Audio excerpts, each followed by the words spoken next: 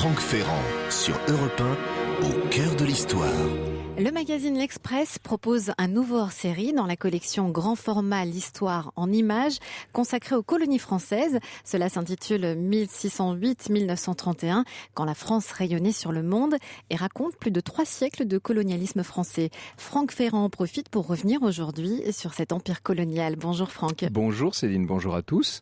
Comme le dit Christophe Barbier, directeur de la rédaction de l'Express, en exergue de ce magnifique numéro hors-série, il n'est plus de débat sur la colonisation. Prétendre éduquer et civiliser d'autres peuples en envahissant leur pays est toujours une faute et souvent un crime. Mais cela n'empêche pas de s'intéresser au phénomène historique de toutes ces colonies et de retracer une épopée pluriséculaire qui pour la France a été structurante. Le concepteur de ces numéros hors-série de l'Express est Dimitri Casali. Et oui, le cher Dimitri Casali, bien connu de nos auditeurs pour son combat en faveur de l'enseignement de l'histoire à l'école et qui a dirigé en effet ce numéro. Il est avec nous pour évoquer l'empire colonial français et j'ai demandé aussi à Daniel Lefebvre de nous rejoindre. Lui est spécialiste de l'Algérie coloniale.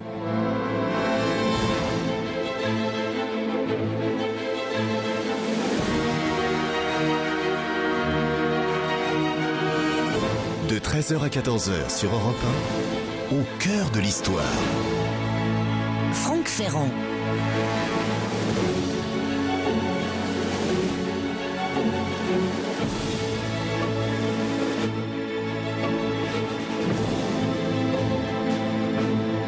Nous avons tous plus ou moins à l'esprit ces vieux planisphères datant de l'entre-deux-guerres et qui présentaient une vision très européocentriste du monde. Vous savez qu'on nous collait l'Europe complètement au cœur du planisphère, avec notamment ces chapelets de taches violettes pour l'empire colonial britannique, roses pour l'empire colonial français. C'étaient les deux grandes puissances planétaires, les empires portugais, néerlandais, allemands, italiens ou belges étant nettement plus modestes. Au moment de l'exposition coloniale de 1931, qui marque à la fois l'apogée et la fin de l'expansion française sur la planète, l'empire de la République s'étend sur près de 12 millions de kilomètres carrés, avec une population de 50 millions, même 65 si l'on compte les mandats et les protectorats, qui vient s'ajouter aux 40 millions de Français de métropole. Le gros morceau de cet empire se trouve en Afrique évidemment, Afrique occidentale française, Afrique équatoriale française et Afrique du Nord, mais il faut compter aussi les îles de l'océan Indien et puis cet ensemble indo-chinois extraordinaire en Extrême-Orient. Les autres points, il y en a un certain nombre de présences françaises, sont plus ténus. Ce sont d'ailleurs ceux qui pour beaucoup ont survécu sous la forme des DOM et des TOM. Évidemment, de nos jours, il y a pas mal de culpabilité dans notre approche de ces réalités, sans parler des souvenirs amers d'une décolonisation difficile. Mais si l'on se resitue dans le contexte du début du XXe siècle, en revanche, c'est de la fierté que l'on trouve et de l'idéalisme. Car au-delà de la traduction territoriale d'une hégémonie culturelle, économique et militaire, ce qui animait les dirigeants français d'autrefois, et notamment ceux de la Troisième République, c'était une volonté d'éclairer, de développer, de civiliser des régions que l'on considérait comme retardées par rapport au seul modèle concevable pour nos arrière-grands-parents, le modèle occidental. On était loin du relativisme actuel, c'est le moins qu'on puisse dire. Alors on a pu voir, lors de la Seconde Guerre mondiale, à quel point l'empire colonial était un joker dans le jeu de la France, et nul doute que pendant la Première Guerre, les soldats accourus de tout l'empire ont également joué un rôle décisif. Au-delà, si la Troisième République a été une période de prospérité, de créativité, de rayonnement sans précédent, c'est aussi largement grâce aux colonies. Alors bien sûr, tout à l'heure, nous irons ensemble faire un tour à l'exposition coloniale de 1931. Nous évoquerons les grandes réalisations de la France coloniale, le pont Doumer et la route mandarine en Indochine, le barrage sur le Niger, l'Institut de la lèpre à Bamako. Nous parlerons aussi des conflits, des révoltes, des heures sombres. Mais avant d'évoquer cet empire de la Belle Époque, je vous propose de remonter bien plus loin en arrière et d'évoquer ce qui aura été le premier empire colonial français, en partie perdu par Louis XV, en partie vendu par Bonaparte, cet empire français d'Amérique qui devait tant à Cartier, à Champlain et à Cavelier de la Salle.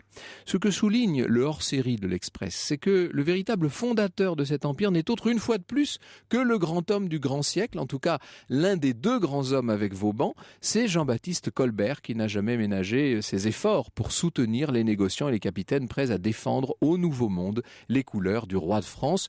Nous y venons dans un instant avec Dimitri Casali. Un fleuve, la bande originale du film de Bernard Giraudot. Restez bien avec nous, au cœur de l'histoire avec Franck Ferrand. On revient dans un instant sur Europe 1. l'histoire sur Europe 1, c'est avec Franck Ferrand. Et aujourd'hui, au cœur de l'histoire sur Europe 1, on parle, Franck, de l'Empire colonial français avec notamment votre invité Dimitri Casali, historien, spécialiste du Premier Empire, directeur de la collection Grand Format sur l'histoire de l'Express. C'est une collection, comme toujours avec Dimitri Casali, qui aime l'image. L'image est toujours très présente dans vos livres, Dimitri, et là on en prend plein les yeux car on a effectivement toute cette fresque extraordinairement colorée et exotique de toutes ces colonies françaises si différentes, car évidemment les colonies africaines, la colonie indochinoise, la colonie américaine présentent chacun des traits tout à fait particuliers. Alors, on va commencer par ce premier empire colonial qu'on a tendance à oublier, évidemment, parce qu'il s'est arrêté avec le traité de Paris en 1763 et la vente de la Louisiane en 1803, donc évidemment, c'est vieux, mais ça a quand même été le plus grand et le principal, c'est le socle du colonialisme français, c'est cet empire des Amériques, comme on disait à l'époque. Essentiellement l'œuvre de Colbert, comme vous l'avez dit tout à l'heure. C'est vrai que cet empire colonial d'Amérique a été extraordinaire. D'abord, il faut rappeler que les Français sont très en retard. Sully, le ministre d'Henri IV, a l'habitude de dire que les conquêtes coloniales sont disproportionnées à la cervelle et aux valeurs françaises. C'est-à-dire que les Français laissent les Anglais, les Portugais, les Espagnols, les Hollandais, bien sûr, s'accaparer, partir à la découverte de toutes ces parties du monde encore inexplorées.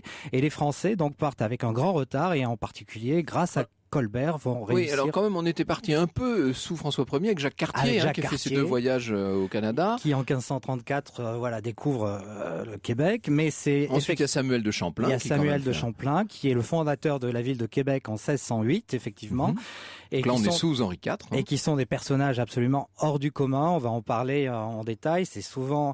Ils ont pour politique de s'appuyer sur les populations locales, et en particulier donc les tribus indiennes, et les alliances que Samuel Champlain va forger dès 1608, dès l'arrivée des Français au Québec, vont perdurer pendant... Des alliances avec les populations indiennes. Avec les populations indiennes, en particulier avec les peuples Hurons et Algonquins. C'est des alliances qui vont durer plus de 150 ans, sur lesquelles les Français du Québec vont pouvoir s'appuyer dans leur lutte, bien sûr, contre la perfide Albion. Évidemment, on a fait il y a quelque temps une émission sur 1000 années de mésentente cordiale entre la France et l'Angleterre.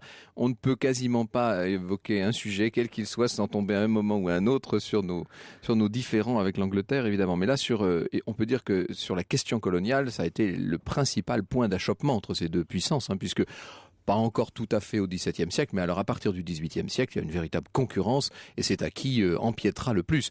Il faut dire d'ailleurs que sur le plan du colonialisme, les Anglais ont quelques coudées d'avance. Ils sont plus doués que nous, à tout point de vue. Absolument, à tout point de vue, parce que contrairement à cette alliance dont je vous parlais avec les populations indigènes, les Anglais ne font pas de cadeaux. Ils sont beaucoup plus durs, et ça leur portera d'ailleurs plus chance, parce que, en particulier, pour rappeler, Samuel Champlain va jusqu'à demander à la papauté, avec l'appui des jésuites qui sont omniprésents, bien sûr, dans la christianisation du continent nord-américain, va demander à la papauté l'autorisation des mariages mixtes, donc entre Français et Indiennes.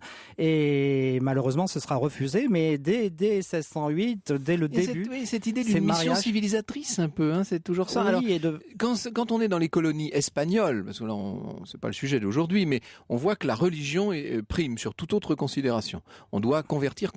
Les Français le font aussi, mais ils ont eu d'emblée l'idée d'apporter avec eux leurs institutions. Voilà, ils sont plus pragmatiques déjà, les Français...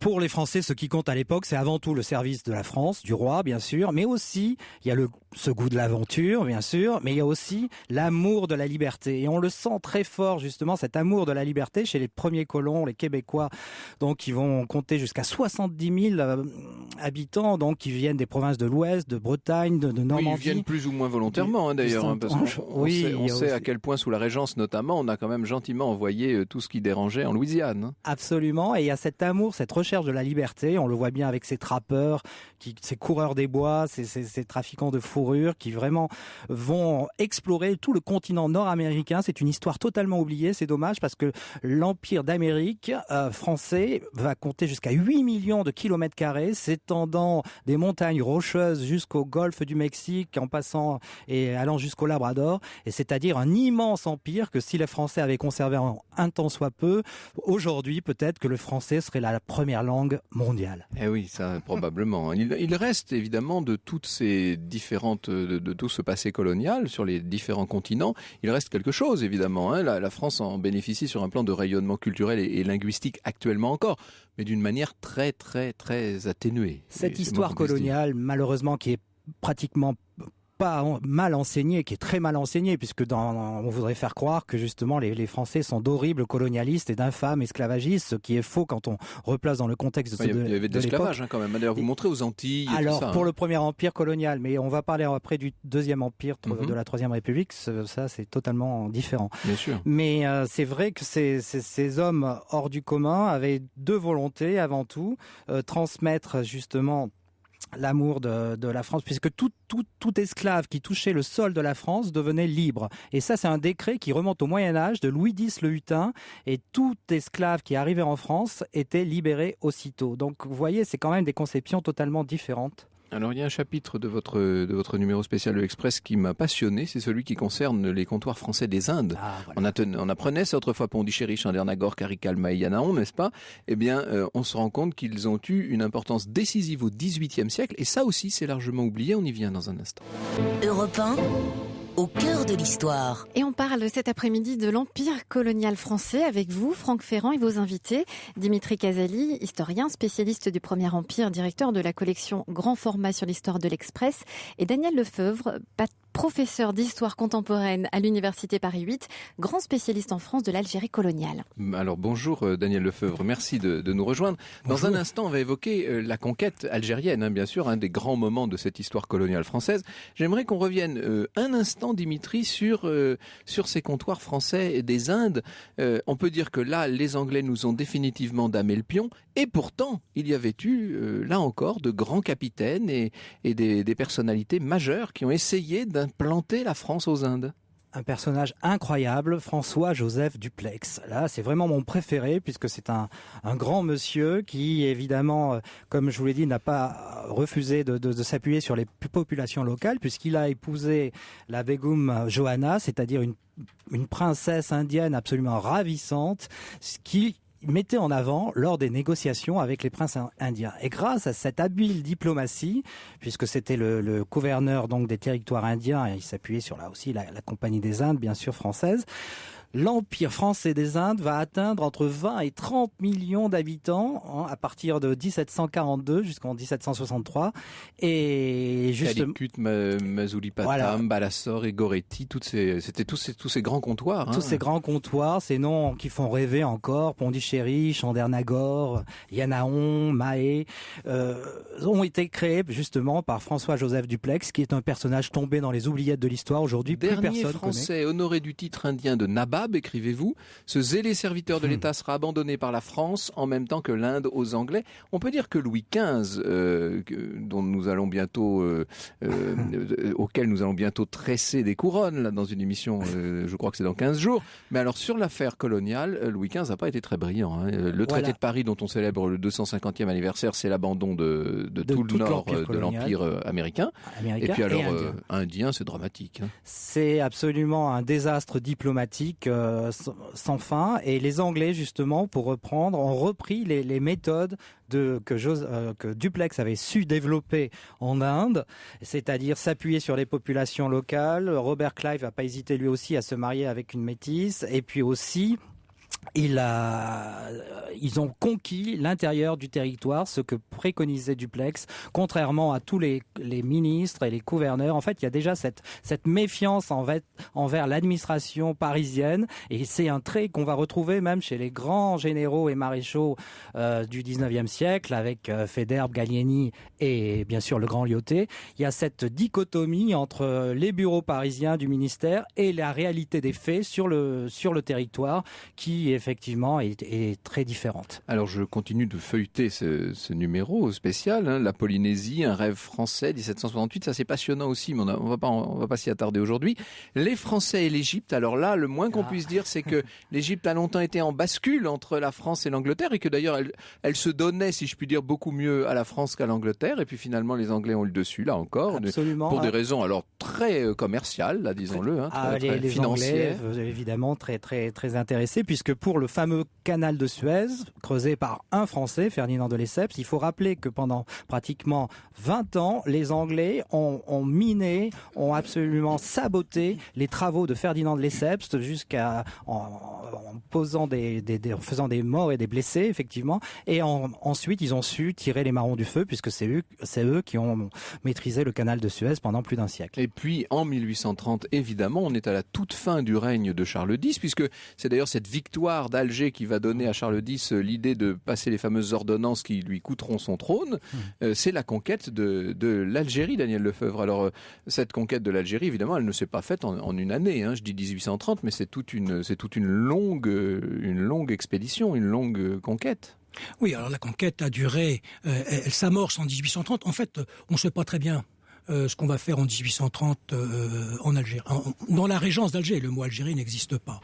On y va pour plusieurs raisons. On y va d'abord parce que en 1827, le consul de France a été souffleté par le DEP pour une sombre affaire de dette non réglée. L'histoire de l'éventail, là, alors. C'est l'affaire du chasse-mouche. Du chasse-mouche, oui. Alors aujourd'hui, les historiens disent au fond c'est un prétexte. En réalité, ce qu'il faut comprendre, c'est que Charles X est un homme de l'Ancien Régime. C'est quelqu'un qui est pétri des valeurs aristocratiques et que c'est le petit frère de Louis XVI, faut dire. C'est le petit frère de Louis XVI et que c'est un homme pour qui les questions d'honneur comptent.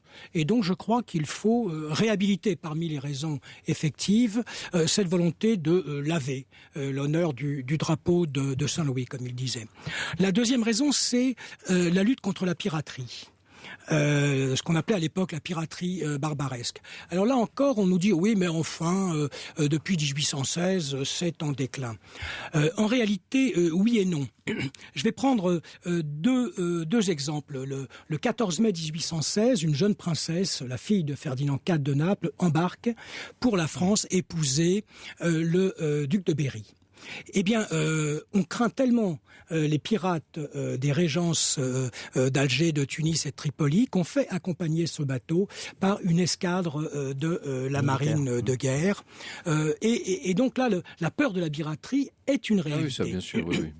Et la deuxième remarque, c'est que effectivement, la piraterie est en déclin si on la mesure à l'aune des prises, des bateaux pris. Mais en réalité, d'une part, jusque encore en 1817, il y a des attaques contre les côtes italiennes. Et surtout, la piraterie s'est développée par une forme de ce qu'on appellera aujourd'hui le racket. C'est-à-dire que les puissances maritimes qui veulent que leurs navires ne soient pas attaqués sont obligés de verser un tribut et un tribut extrêmement important à la régence d'Alger. Et donc, c'est l'ensemble des puissances européennes qui souhaitent la fin de la piraterie. La France accomplit le travail avec la prise d'Alger et elle reçoit le soutien de la Russie, de Metternich, de l'Autriche. Déjà, Charles Quint s'était battu contre les barbaresques, etc. C'est une très vieille histoire. Alors, on va voir ce que la France va faire, non seulement d'Alger, mais de ce nouveau pays qu'on va appeler l'Algérie, de cette colonie. Nous y venons dans un instant. L'histoire sur Europe 1, c'est avec Franck Ferrand.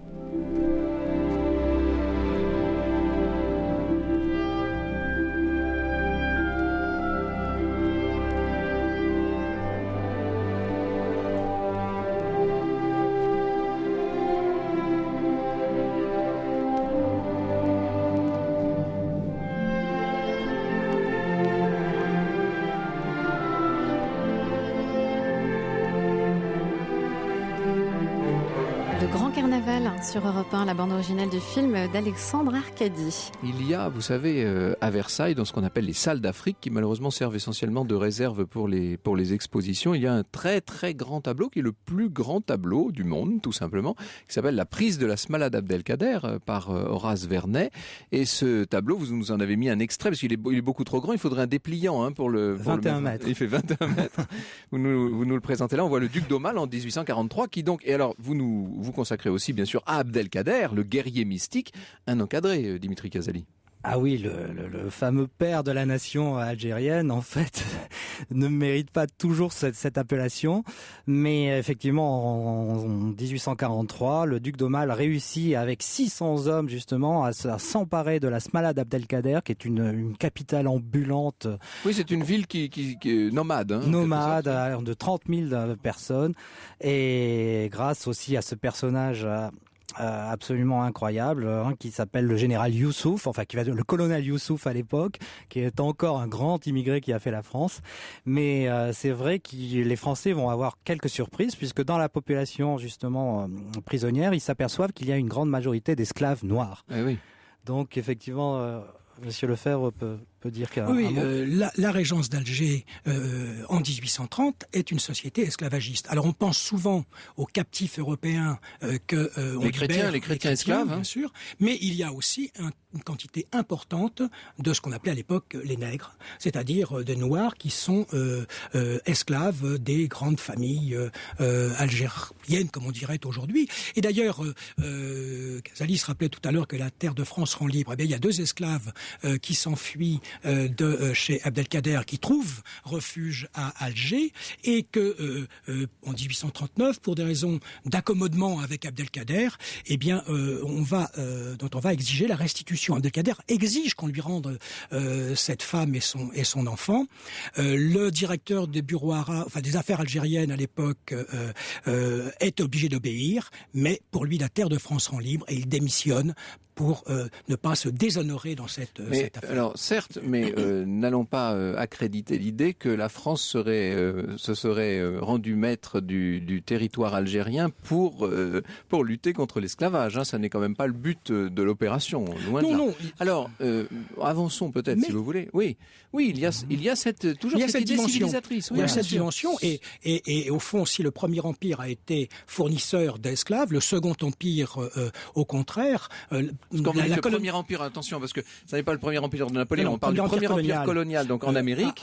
A contribué au développement de l'esclavage. Qui a développé l'esclavage, oui. Le Second Empire colonial a été un facteur de lutte contre l'esclavage. Est-ce que, ça c'est une question que je vous pose et je n'en connais pas la réponse, est-ce qu'on peut dire que ce Second Empire colonial, celui qui va naître donc sous le Second Empire de Napoléon III et qui va se développer sous la Troisième République, est-ce qu'on peut dire que cet empire-là, il trouve ses paradigmes, il trouve ses grands principes en Algérie, justement? Est-ce que c'est le développement de la colonie algérienne qui donne le modèle de ce que va devenir ensuite le développement colonial français? Non, pas vraiment, parce que Lyautey, justement, le fameux général Lyautey, va dire qu'il faut cesser d'algérianiser le Maroc, par exemple, lors de la conquête. Parce qu'en Algérie, la conquête a été un peu trop tôt, effectivement, 1830, et de nombreuses erreurs ont été commises, ça il faut le reconnaître. Mais la lutte contre l'esclavage, on la retrouve au sein de la Troisième, de la Troisième République, avec des hommes comme Pierre Savorgnan de Brazza, pour lui, effectivement, c'est son grand dessein. Pierre Savorgnan de Brazza, c'est un immigré italien, amoureux de la France, un homme magnifique, beau comme un dieu. Et une photo qui est extraordinaire là dans votre... qui n'a qu'une volonté, justement, servir la France. Il va conquérir toute l'Afrique équatoriale française avec 20 hommes, 20 tirailleurs sénégalais, pratiquement seuls, sans verser une goutte de sang et tirer un coup de feu. Et son but principal, c'est la lutte contre l'esclavage. Il a une belle cérémonie, d'ailleurs. Il rachète les esclaves aux chefs négriers, parce qu'il faut rappeler qu'à l'époque, en 1884-85, effectivement, un Africain sur 4 est un esclave d'un autre Africain. Et Pierre Savorgnan de Brazza rachète les esclaves sur ses propres deniers et leur hisse un drapeau français, un poteau, leur met la main sur l'épaule et leur dit: touche ce poteau, maintenant tu es libre. Et ensuite, tous ces esclaves étaient libérés et l'ont surnommé le père des esclaves et l'ami des Noirs. Ce personnage, Pierre Savorgnan de Brazza, complètement oublié, aujourd'hui plus personne ne le connaît, mériterait vraiment d'être réhabilité. Vous l'appelez l'ami des Noirs. L'ami des Noirs. Et il a eu une œuvre colossale en Afrique équatoriale et malheureusement, il a fondé Brazzaville, dont la devise est toujours: si tu le touches, Tous ceux qui le touchent sont libres, la devise de Brazzaville aujourd'hui. Et en 2006, les Congolais ont fait revenir ses cendres dans un magnifique mausolée de marbre pour honorer sa mémoire. Alors qu'en France, plus personne connaît Pierre Savournian de Brazza et surtout pas les manuels d'histoire de 4e, puisque dans les manuels d'histoire, on ne parle que de l'aspect négatif. On fait apparaître les Français comme d'horribles esclavagistes et d'infâmes colonialistes. Et quand on connaît l'histoire de Pierre Savournian de Brazza, de Gallieni et de Lyautey, on comprend que c'est une histoire totalement différente. Et vous revoilà avec votre combat contre un certain nombre de manuels scolaires, Dimitri Casali. Voilà. Alors, Savournian de Brazza, si vous voulez, on lui consacrera une émission à part entière. D'ailleurs, ça fait des années que je dis ça et pour l'instant, c'est resté une promesse de Gascon, mais on va le faire. On avait parlé de Cavalier de la Salle, là, il y a quelques temps, et bien on fera une émission sur Savournian de Brazza. C'est vrai qu'il le mérite et c'est un personnage tout à fait passionnant. Alors, on vient de citer un autre nom, c'est celui de Lyautey, évidemment, le maréchal Lyautey. Daniel Lefebvre. Oui, alors justement, Lyautey, c'est l'anti-système algérien. Voilà. Lyautey, c'est un personnage absolument fabuleux. Il a 2 ans, enfin 18 mois. Il y a il tombe du balcon de chez son grand-père et on croit qu'il va mourir. Il s'en sort, mais quelque temps après, on s'aperçoit que la colonne vertébrale est touchée. Voilà. Eh bien, pendant des années, Lyautey, enfant, 10 ans, 10 ans, va vivre soit avec une sorte de corset, complètement alité, en fer, soit ensuite dans un corset en fer après avoir été opéré par un grand professeur qui s'appelait Velpeau. Et malgré tout, il choisit la carrière militaire, et non seulement la carrière militaire, mais après Saint-Cyr, il choisit la cavalerie, ce qui est évidemment l'arme la plus exigeante pour la colonne vertébrale. Et il va avoir une carrière coloniale absolument fabuleuse, qui commence au fond au Tonkin, avec une grande rencontre qui va forger sa philosophie coloniale. C'est la rencontre avec Lanessan et ensuite avec Gallieni. Voilà. Alors, voilà ce que lui dit Lanessan quand il arrive à Saigon en 1894. Il dit: dans tout pays, il y a des cadres. La grande erreur des Européens, quand ils débarquent, c'est de détruire ces cadres. Il faut gouverner avec les mandarins. Voilà. L'Européen ne doit pas se substituer aux cadres locaux, mais les contrôler. Et ça va être le principe de l'administration indirecte, s'appuyant sur les élites locales, que avec Gallieni, il va mettre en œuvre à Madagascar et surtout, évidemment, au Maroc. Alors, évidemment, le maréchal Lyautey sera le grand homme de l'exposition coloniale de 1931. On y vient dans un instant dans le cadre du récit. Europe 1. Le récit de Franck Ferrand. Et votre récit cet après-midi, Franck, est sur l'exposition coloniale de 1931. Et les autorités ont vu grand pour cette exposition coloniale. Il a fallu prolonger la ligne 8 du métro, modifier complètement les abords du bois de Vincennes, puisqu'on a décidé d'installer ça dans l'Est parisien, construire le fabuleux musée de la Porte Dorée, qui en reste aujourd'hui le principal vestige, réaliser un site immense rempli de pavillons pour toutes les colonies françaises et pour celles des pays invités, parce qu'il y en avait quand même, je vais vous en dire un mot, et puis reconstituer grandeur nature le fameux temple cambodgien d'Angkor, qui s'étend sur 5000 mètres carrés et culmine à plus de 50 mètres. Il a fallu aussi copier, si on peut dire, la splendide mosquée malienne de Djenné, aménager un parc zoologique énorme pour présenter les animaux les plus rares, le métro, le musée, le zoo qui doit rouvrir l'année prochaine. Tout ça est resté, bien sûr. Pour le reste, nous avons gardé quelques images de cette gigantesque kermesse dans un petit coin de notre mémoire collective, mais par un effet psychologique assez étonnant, je dirais que pour l'essentiel, tout ça est passé à la trappe. C'est parti dans le magasin des splendeurs oubliées de l'histoire. Eh bien, ce que je vous propose, c'est de dépoussiérer un petit peu tous ces accessoires de fête abandonnés, ces palmiers en tôle et ces têtes d'éléphants monumentales en carton-pâte, pour tenter de leur redonner vie un instant. Moi, il suffit que je pense à cette immense expo de 1931 pour avoir l'impression d'entendre le brouhaha de la foule, le sifflement des micros, le bruit de l'eau qui tombe partout des cascades artificielles. Vous voulez que je vous dise, l'expo coloniale, c'est un peu l'ancêtre de nos parcs d'attractions, mais évidemment en plus magique, en plus fort, en plus exotique et en plus politique aussi. Le projet lui-même n'était pas neuf. À l'époque, en 1931, des expositions coloniales, ça faisait un demi-siècle qu'on en organisait régulièrement. Il y avait d'ailleurs un comité national des expos coloniales qui avait été fondé en 1906. 2 belles expos ont eu lieu à Paris en 1907 et à Londres en 1908. Un grand projet avait vu le jour à la veille de la Première Guerre mondiale en 1913. C'est lui qui devait aboutir en 22 à l'exposition coloniale coloniale nationale de Marseille, mais déjà, il était prévu d'en organiser une à Paris en 1925, qui serait internationale, cette fois, en quelque sorte, une sorte d'exposition universelle dédiée aux colonies. Et ça aurait pu réussir sans la réticence des Britanniques, une fois de plus. Le premier empire colonial du monde détestait l'idée de théoriser sur le phénomène, ça on l'a bien compris, et puis surtout il détestait que le grand concurrent français en profite pour lui faire de l'ombre. En 1924, les Anglais organisent leur propre British Empire Exhibition à Wembley, et finalement les organisateurs de 31 vont être obligés de se recentrer sur la France, ce qui n'empêchera pas un certain nombre d'autres pays de participer, à commencer par les Pays-Bas, qui sont à l'époque le 3e empire colonial du monde pour la superficie. Pour autant, les organisateurs décident de mettre l'accent sur l'empire français, qui lors de la Première Guerre mondiale, vous l'avez compris, a bien mérité de la patrie. Alors je parle des organisateurs, mais le principal d'entre eux, celui qui va donner le là, celui dont les désirs sont désordres, c'est effectivement ce maréchal Lyautey qui à l'époque a 73 ans.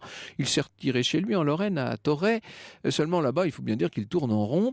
Or, il est, on vient de vous le dire, Daniel Lefebvre nous l'a dit, il est l'archétype du grand colonial, ce Lyautey, lui qui a fait la majeure partie de sa carrière outre-mer. Il est l'homme de la situation.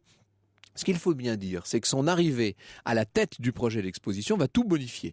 D'abord sur un plan pratique, puisqu'on décide de repousser l'échéance de 27 à de 3 ou 4 ans, ce sera finalement en 1931, et puis surtout sur un plan théorique.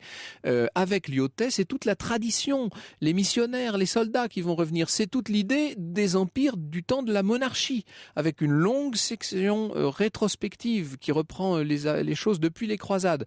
Et puis aussi et surtout, Lyautey veut que ce salon, cette exposition soit actif. Il veut faire de l'exposition un instrument pratique, efficace du développement colonial. Il s'agit pour lui de prendre le taureau par les cornes. Son ambition dans cette affaire, c'est de créer un véritable électrochoc national, ce qui suppose la mise en œuvre de moyens sans précédent. En choisissant l'est de la capitale, cet organisateur né qu'est Lyautey, il faut dire qu'à l'époque, ce sont des quartiers ouvriers assez méprisés. Il a fait exprès, c'est une sorte de... Il veut faire d'une pierre deux coups, il veut relancer en quelque sorte ces quartiers, et il va peut-être provoquer un certain nombre d'opposants là où il se trouve. Ce que voulait Lyautey, ce pourquoi les responsables de l'exposition se sont dépassés pendant des mois, c'était la mise sur pied d'un événement sidérant, d'un monument vivant, d'une sorte de très grand spectacle susceptible, comme tout grand spectacle, de créer la catharsis, c'est-à-dire de purifier en quelque sorte l'idée coloniale, et de ce point de vue, il réussira assez bien. Alors il faut imaginer le temps mitigé, le 6 mai 1931 pour l'inauguration, la voiture décapotable du président de la République va déposer devant l'entrée monumentale, digne d'un décor de Hollywood, Monsieur Gaston Doumergue et le maréchal Lyautey. C'est l'inauguration, vous imaginez la foule empesée de ces années folles où on porte encore le frac et les hautes formes pour les grandes circonstances. Le président de la République passe en revue un détachement de troupes coloniales, et il remonte en voiture, il est entouré de spahis, tout ça est magnifique, et puis il va faire tout le tour de l'expo bien entendu, et pour tous les membres de la délégation, aucun doute n'est permis, cette exposition est plus qu'une réussite, ça va être un tour de force qui devrait arracher des ébahissements aux plus renfrognés. Le président salue toutes les personnalités en habit des différents corps de l'Empire, tout ça est très folklorique, très spectaculaire et pittoresque évidemment, et voilà ce que lance le ministre des colonies Paul Reynaud. À 7 minutes, dit-il, ce serait pas mal d'ailleurs, il faut l'imaginer avec un micro qui crachote et la voix un peu chevrotante. Grâce au poste de Pontoise inauguré hier, la voix que vous entendez est écoutée à Nouméa, à Hanoï, à Dakar, à Fort-de-France. Notre emprise sur le monde se resserre chaque jour. Notre idéal est tellement vivant que ce sont les idées d'Europe qui donnent aujourd'hui la fièvre en Asie. La grande idée des organisateurs, c'est donc de frapper un grand coup pour modifier en substance l'image que le français moyen se fait de ses colonies. Alors on multiplie les cartes, les schémas, les statistiques. Évidemment, autant vous dire que c'est pas ce qui passionne les visiteurs. Ce que veulent voir les gens, c'est évidemment les grandes reconstitutions. Ils veulent se replonger dans une sorte de folklore. Avec une grande part donnée à l'Indochine, il faut dire qu'on est très peu de temps après les soulèvements en Annam, et donc il faut redonner un peu de cœur au ventre. Le Tonkin, l'Annam, la Cochinchine représentent plus d'un dixième de la superficie totale de l'expo. Enfin, une dimension qui n'est pas oubliée, l'art, bien sûr, art musulman, art nègre qui sont abondamment représentés, ce qui n'est pas sans influence évidemment sur les contemporains de l'époque. Vous savez que cette exposition coloniale de 31 est à l'origine d'une véritable révolution dans l'art contemporain. Je passe sur pas mal de choses. Je ne vais pas revenir sur les fameux Kanaks là, dont on nous parle et dont on nous rebat les oreilles depuis 10 ans. Simplement, ce qu'il faut dire, c'est que quand cette exposition ferme ses portes, le 15 novembre 1931, on peut dire qu'elle est un grand succès public, presque 34 millions de visiteurs, hein, c'est absolument colossal, et en même temps, elle laisse une image assez contrastée et pas forcément positive. C'est assez étonnant de voir que finalement cette exposition coloniale n'a pas rempli la mission que lui fixait le maréchal Lyautey. Et puis elle a suscité des critiques évidemment, des critiques de la part des communistes qui distribuent à longueur de semaine un tract qui s'appelle Contre l'exposition colonialiste de Vincennes pour l'indépendance des colonies déjà. La CGTU et tout un ensemble de gauchistes vont créer une contre-exposition qui s'appelle La vérité sur les colonies, qui est extrêmement violente. Et puis, il y a ce texte des surréalistes, un texte signé Breton, Éluard, Char, Aragon, qui s'appelle « Ne visitez pas l'exposition coloniale, aux discours et aux exécutions capitales, répondez en exigeant l'évacuation immédiate et la mise en accusation des généraux et fonctionnaires responsables des massacres en Annam, au Liban, au Maroc et en Afrique centrale », écrivent les surréalistes. Vous voyez que finalement, cette exposition, qui a été un grand succès public, disons-le, n'a pas été le succès politique qu'on en attendait. Peut-être qu'elle intervenait trop tard, c'est ce que je vais demander en tout cas à nos invités. Elle était sans doute trop mêlée à des questions gênantes pour ne pas gêner elle-même. En vérité, l'exposition de 1931 aura été le dernier baroud de l'Empire, l'ultime grand événement procolonial. Franck Ferrand sur Europe 1, au cœur de l'histoire. Au cœur de l'histoire, on s'intéresse aujourd'hui à l'Empire colonial français avec vous, Franck Ferrand, et vos invités. Dimitri Casali, historien, spécialiste du Premier Empire, directeur de la collection Grand Format sur l'histoire de l'Express, et Daniel Lefebvre, professeur d'histoire contemporaine à l'Université Paris 8, grand spécialiste en France de l'Algérie coloniale. Alors, c'est une émission qui fait réagir nos auditeurs. Je ne vais pas tout citer, mais Bertrand me fait remarquer, ça c'est une erreur. Il dit que je viens de dire que la toile d'Horace Vernet, la prise de la Smala d'Abdelkader par le duc d'Aumale, était le plus grand tableau du monde. Il semblerait, dit-il, que le tableau Le Paradis du Tintoret dans la salle du Grand Conseil du Palais des Doges à Venise soit un peu plus grand de quelques centimètres, dont acte. Et puis, alors sur notre sujet, Catherine me dit, moi qui suis née en Algérie, je suis toujours étonné de constater que les Anglais soient si fiers de leur passé colonial, alors que les Français, comme vous le disiez, en tirent d'abord de la culpabilité. On se sent coupable de cette affaire, Dimitri Casali. Excellente question. Voilà, tout le problème est là. La France, aujourd'hui, est malade de son histoire. Et malheureusement, là, vous enfourchez votre grand cheval de bataille.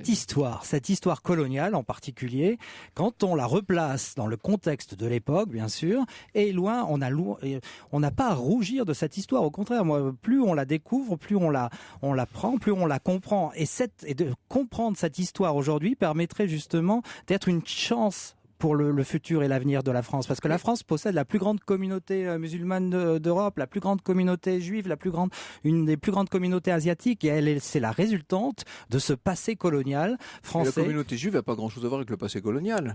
Pas directement. En Afrique du Nord. Oui, avec les rapatriés d'Afrique du Nord. Oui. Voilà, et donc elle permettrait, si elle était enseignée d'une manière équilibrée, sereine et loin d'être rejetée, on permettrait aux Français justement d'être fiers de ce passé pour pouvoir mieux affronter l'avenir, bien sûr. Alors, ce passé colonial, il faut quand même admettre, je pense que l'un des moyens de ne précisément pas développer la culpabilité, c'est d'admettre tout ce qui n'allait pas.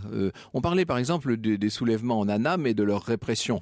Le moins qu'on puisse dire, c'est qu'en Indochine, en Annam, mais aussi au Tonkin, un grand nombre de fois, la répression a été sanglante. Dès qu'il y avait une manifestation, elle était noyée dans le sang. Il faut quand même dire ce qu'il y a. Bien sûr, il faut surtout pas. Je prône cette histoire équilibrée, c'est-à-dire qu'il faut que l'histoire soit à la fois donc la face sombre et la face lumineuse de l'histoire de France. Il y a eu d'énormes et des massacres en Algérie. Il faut pas les rejeter. Mais ce qu'il faut bien comprendre, c'est que souvent ces erreurs ont été réalisées contre certains grands penseurs ou théoriciens. On parlait du maréchal Lyautey, qui est à la base de la théorie de la pacification des populations civiles dès 1900. Si ces méthodes avaient été appliquées, on aurait évité cette guerre d'Algérie sanglante. Et aujourd'hui, on voit bien que les Américains, depuis 2006, ont redécouvert l'œuvre sociale de l'armée. Les Américains, les États-Unis, donc vous dites. Les États-Unis ont toutes les théories du maréchal Lyautey, que le maréchal Lyautey avait écrit dès 1900, et pour l'appliquer justement avec succès, un peu tard bien sûr, mais avec succès quand même, en Iran et en Afghanistan. Oui. Alors, c'est une sorte de revanche tardive de Lyautey, finalement. Voilà, il faut bien comprendre que les Français, nous avons toujours été aux avant-gardes, justement. En Irak, hein, c'est ça. De ces théories de pacification civile, de compréhension des notables locaux, de toutes ces Lyautey Gallieni, Faidherbe, apprenez les langues des autochtones, des indigènes, se mêler, n'hésitez pas à se marier avec eux. Donc on voit bien qu'il y a quand même une philosophie totalement différente des anglo-saxons. Alors, d'un point de vue très pratique, la France, puisqu'on parle de l'empire colonial français aujourd'hui, la France, Daniel Lefebvre, a apporté dans les différentes colonies un certain nombre de progrès qui sont incontestables, de progrès matériels, notamment en matière de santé, par exemple. Hein. Oui, je crois. On a beaucoup de mal à parler d'aspects positifs de la colonisation. Oui, mais ça a fait un gros scandale il y a quelques années. Là. Je ne vois pas pourquoi on se priverait dans le bilan colonial ou dans l'état des lieux, si on ne veut pas parler de bilan, à la fois effectivement de souligner les aspects tragiques de la colonisation en prenant garde de ne pas les amplifier non plus, et d'autre part en soulignant ce que la colonisation a apporté, c'est-à-dire de la modernité. Alors, de la modernité au niveau santé, on se fait ici des French doctors. On se gargarise de voir nos médecins. Mais les French doctors sont les héritiers des médecins coloniaux, des près de 3000 médecins, de Calmette, de Laveran, docteur Roux, prix Nobel de médecine en 1907, de ceux qui ont combattu les grandes maladies tropicales et qui ont fait reculer la mortalité de ces populations. Si l'Algérie est passée de 3 millions d'habitants en 1830 à 10 millions en 1954, sans parler des Européens, c'est bien parce qu'il y a eu des progrès, et c'est vrai pour toute l'Afrique, et c'est vrai aussi pour l'Indonésie. Progrès matériel aussi, je veux dire... En Afrique, les routes, par exemple. En Afrique, en Algérie, il n'y a pas de route quand les Français arrivent. 54 000 kilomètres de routes ont été construites en Algérie. J'ai envie de dire, nous avons goudronné l'Algérie. Nous avons 23 c'est ce que certains nous reprochent, du reste. Voilà. Enfin, bon. On reproche à la fois d'avoir fait trop et pas assez, si je puis dire. Si Casablanca existe comme un grand port aujourd'hui, c'est également à Lyautey. Et l'histoire de l'alphabétisation aussi, bien sûr. L'alphabétisation de la même chose. Alors, on peut regarder le verre pas assez plein ou trop plein. Trop plein, on nous accuse... certains dignitaires algériens de génocide culturel, comme si on avait fait disparaître l'arabe ou l'islam d'Algérie, parce qu'on aurait éduqué, notamment en français. Mais ce que je veux dire, c'est qu'on a effectivement, avec des moyens insuffisants, mais qui étaient ceux de la France de l'époque, fait une œuvre aussi importante que possible de scolarisation, soit par l'école laïque, soit par l'intermédiaire des congrégations religieuses. Et la francophonie justement, elle est la résultante de cette œuvre, et des personnages comme Léopold Sédar Senghor ou Blaise Diané sont le pur produit de ces écoles françaises. Et Léopold Sédar Senghor disait: la francophonie, c'est cet humanisme intégral qui se tisse autour de la terre. Alors, quand même, lorsque la France exporte tout cela, elle le fait avec une sorte d'indifférence aux styles locaux. Vous montrez, Dimitri Casali, à la page 56 là, de votre numéro de l'Express, vous montrez les opéras de Saïgon et d'Hanoï. Voilà. On se croirait exactement dans une grande ville française, de métropole, je veux dire. Hein. C'est-à-dire qu'il n'y a pas du tout de toit en pagode ou quoi que ce soit. On exporte intégralement le style français. Voilà, l'art et la culture française. Alors, on peut comprendre que ça ait pu choquer toutes les élites indépendantistes, etc., et que ce soit à l'origine d'une part des reproches qui sont formulés. C'était reçu quand même comme une modernité, vous savez, puisqu'on a quand même formé toutes ces élites locales, ces notables dont on parlait de Léopold Sédar Senghor, mais Blaise Diané, le premier député noir du Sénégal à être rentré à l'Assemblée dès 1914, disait justement qu'il était fier d'être africain puisque la France lui avait apporté la liberté. Et on voit bien que cette culture Molière, la langue de Molière justement qui plaît tant encore aux Africains aujourd'hui, est la résultante de ces écoles françaises. J'ajouterais qu'effectivement on construit à la française, mais on restaure encore. On restaure, voilà, je veux dire qu'il y a encore donc au Cambodge. Absolument, on le voit bien également au Maroc. Il y a la ville européenne Et il y a la ville arabo-musulmane traditionnelle qui a été préservée, restaurée. Également, dans tous les territoires, on a relancé parfois des artisanats qui étaient en déclin et on a sauvé une bonne partie du patrimoine traditionnel, notamment les contes, etc., africains ou algériens, en les instituteurs, les commandants de cercle, les administrateurs, etc. Sous les directives de Lyautey. C'est Lyautey qui a exigé ça. Ont écrit ces traditions orales. Donc toute une partie de l'histoire de l'Afrique, antérieure à la colonisation, a été sauvée par les la Français. colonisation. Du professeur Daniel Lefebvre, pour en finir avec la repentance coloniale, on a bien compris votre point de vue. C'est édité chez Champs Actuel, chez Flammarion.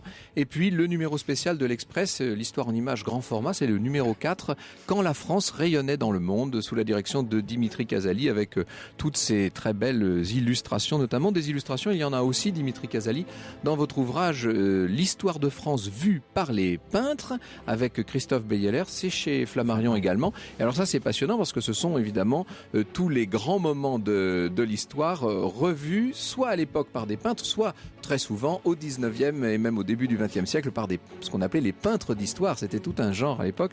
C'est passionnant et ça fait aimer l'histoire. Après tout, c'est toujours le but. Merci beaucoup à vous deux de nous avoir donné sur les colonies françaises un autre regard. Merci.